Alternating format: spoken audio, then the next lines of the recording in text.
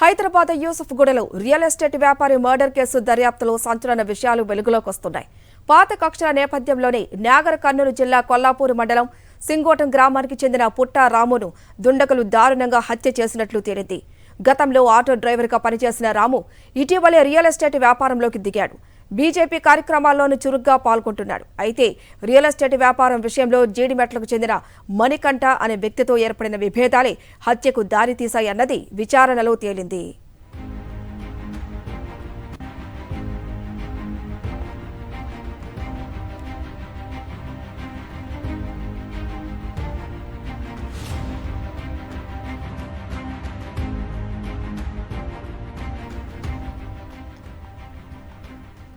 Hyderabad యూసుఫ్గూడలో real estate వ్యాపారి murder case దర్యాప్తులో సంచలన విషయాలు వెలుగులోకి వస్తున్నాయి.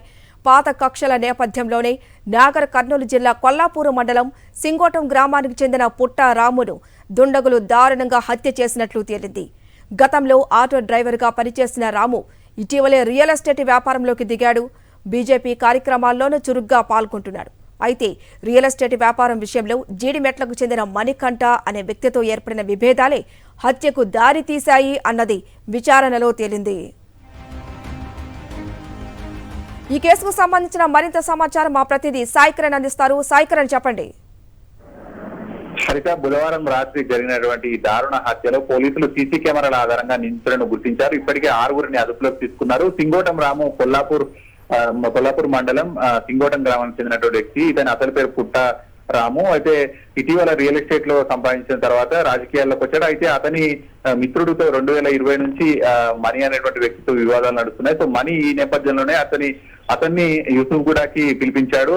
ఒక యువతి సహాయంతో హనీ ట్రాప్ చేయించి అక్కడికి రప్పించిన తర్వాత జిలానీ అనేటువంటి రౌడీ షీటర్, బోరబండ ప్రాంతానికి చెందినటువంటి రౌడీ షీటర్ ను సుపారీ ఇచ్చి అతన్ని 10 మంది వ్యక్తులను అక్కడికి వచ్చి దాదాపు మీద పెంట్ హౌస్ లో ఉంటున్నటువంటి రాము పైన అటాక్ చేశారు. అటాక్ చేసిన తర్వాత అందరూ కలిసి పారిపోయారు. కొంతమందిని పోలీసులు అదుపులో తీసుకున్నారు. సీసీ కెమెరాలలో మనం చాలా స్పష్టంగా చూడవచ్చు. మర్డర్ చేసిన తర్వాత ఆ 10 మంది కూడా పారిపోతున్నారు. చాలా దర్జాగా ఓపెన్ గా బుధవారం రాత్రి 10:30 సమయంలోనే అందరూ కొంత వేకువగా ఉండే సమయంలోనే ఇట్లా మర్డర్లు జరిగిపోతున్నాయి. సో దీనిపైన పోలీసులు కూడా సీరియస్ గా ఉన్నారు. ప్రస్తుతం వారి బ్యాక్గ్రౌండ్ ఏంటి, హిస్టరీ ఏంటి అంతా కూడా తెలుసుకున్నారు. ముఖ్యంగా ఈ మర్డర్ లో పాల్గొన్నటువంటి రౌడీ షీటర్ జిలానీ అయితే గతంలో చాలా ఇన్సిడెంట్లలో ఉన్నాడు. మాదాపూర్ లో నీరూస్ వద్ద గన్ తో కాల్పులు జరిపినటువంటి కేసులో కూడా అతను జైలుకు వెళ్ళొచ్చాడు. మళ్ళీ బెయిల్ మీద వచ్చి ఇటువంటి ఘటనలకు పాల్పడుతున్నాడు. సో ఈసారి పోలీసులు వీరందరి మీద పీడీ యాక్ట్ పెట్టే అవకాశం కూడా కనిపిస్తుంది. ఈ మర్డర్ కేసులో సీరియస్ గా పోలీసులు దర్యాప్తు చేస్తున్నారు.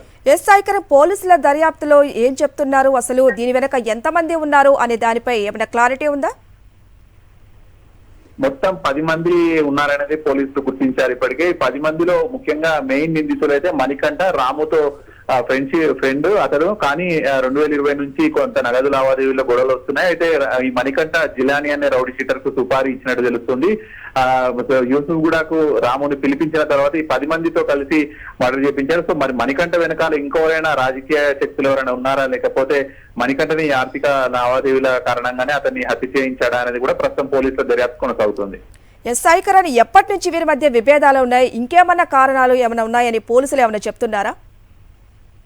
అంటే మర్డర్ కోసం మణికంఠ 2 మహిళలను కూడా వాడుకున్నాడు, అందులో హనీ ట్రాప్ చేయించడానికి. సో మరి వారి పాత్ర ఏంటి, మణికంఠ వెనకాల ఇంకా ఎవరైనా మహబూబ్నగర్ ప్రాంతానికి చెందినటువంటి రాజకీయ నాయకులు ఉన్నారా అనేది కూడా చూడాలి. ఎందుకంటే సింగోటం రాము గత 2-3 సంవత్సరాల నుంచి మహబూబ్నగర్, కొల్లాపూర్ ప్రాంతాలలో రాజకీయంగా సేవా కార్యక్రమాలు ఇవన్నీ చేస్తూ రాజకీయాల్లో రావాలనుకుంటున్నాడు. అతను మొదటగా ఆటో డ్రైవర్ స్టార్ట్ చేశాడు. ఆ తర్వాత రియల్ ఎస్టేట్ లో కొంత సంపాదించి ఇక్కడికి వచ్చి రాజకీయాలు చేస్తున్నాడు. కాబట్టి మరి అటువంటి వారు ఎవరైనా ఉన్నారా, లేకపోతే కేవలం మణికంఠనే అతని ఆర్థిక లావాదేవీల కారణంగా రామును హత్య చేయించడా అనేది ప్రస్తుతం పోలీసుల దర్యాప్తు కొనసాగుతుంది. సీసీ కెమెరాలలో అయితే 10 మందిని హత్యకు పాల్గొన్న వారందరినీ కూడా గుర్తించారు. అంటే ఇప్పటి వరకు ఎంత మందిని అదుపులోకి తీసుకున్నారు? ఇంకా ఎంతమంది ఉన్నారు? దర్యాప్తు ఏ విధంగా కొనసాగుతుంది ప్రస్తుతం?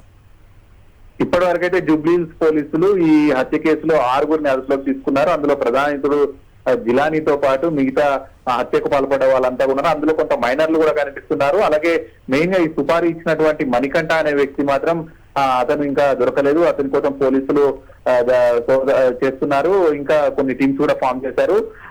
మణికంఠ దొరికితేనే అదంతా కూడా బయటకు వచ్చే అవకాశం. ఎందుకంటే మర్డర్ చేసిన తర్వాత మణికంఠ రాము ఫ్యామిలీకి ఫోన్ చేసి డైరెక్ట్ హత్య చేశానని కూడా ఒప్పుకున్నాడు. కాబట్టి అతని కోసం పోలీసులు వెంట సాగిస్తున్నారు. Thank you సాయికర్.